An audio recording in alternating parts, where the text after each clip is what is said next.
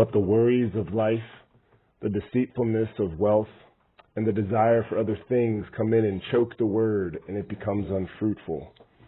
It's so easy to become unfruitful because this world is constantly dazzling us, mesmerizing us with things that take our attention away from what God provides. You know, you think of the birds, and Scripture often refers to the lilies in the fields, to the sparrows, and is not a human life worth more than a sparrow, and He cares about what happens to them. Think about all the animals. They don't operate in currency like we do, in money, and they don't get attached to material things. But we live in a man-made society that has lost all focus on what God provides, and therefore we put our faith in other things. And this might be a repetitive message, but no one can serve two masters.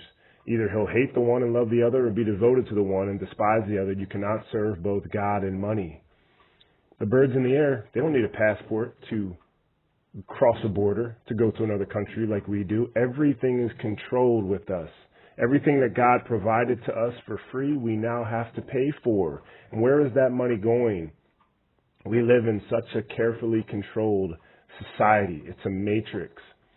And a lot of people don't see it because we've been brought up in it. We've grown up in it. So we don't see the ties that bond us, that keep us from submitting to a holy God and Creator. But instead we're submitting to man and how they define God, and how they've given us so many false truths, false paths out there, false religions, that some of them sound good and they use a lot of Christianese, but they find a way to mystify the masses that really steal peace. 1 Corinthians 1:20, where is the wise man? Where is the scribe? Where is the philosopher of this age? Has not God made foolish the wisdom of the world?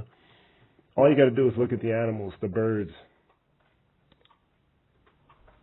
They operate the way God created them to, and there's never a shortage for them. For food, for shelter, they're operating in God's purpose for them. We are not operating in God's purpose for us because we're mesmerized by the world, and we're serving the God of this world, who has put a lot of authority pieces in place to keep us distracted and from ever knowing our true purpose in life. And that's to serve God. And how do you serve God? By loving others.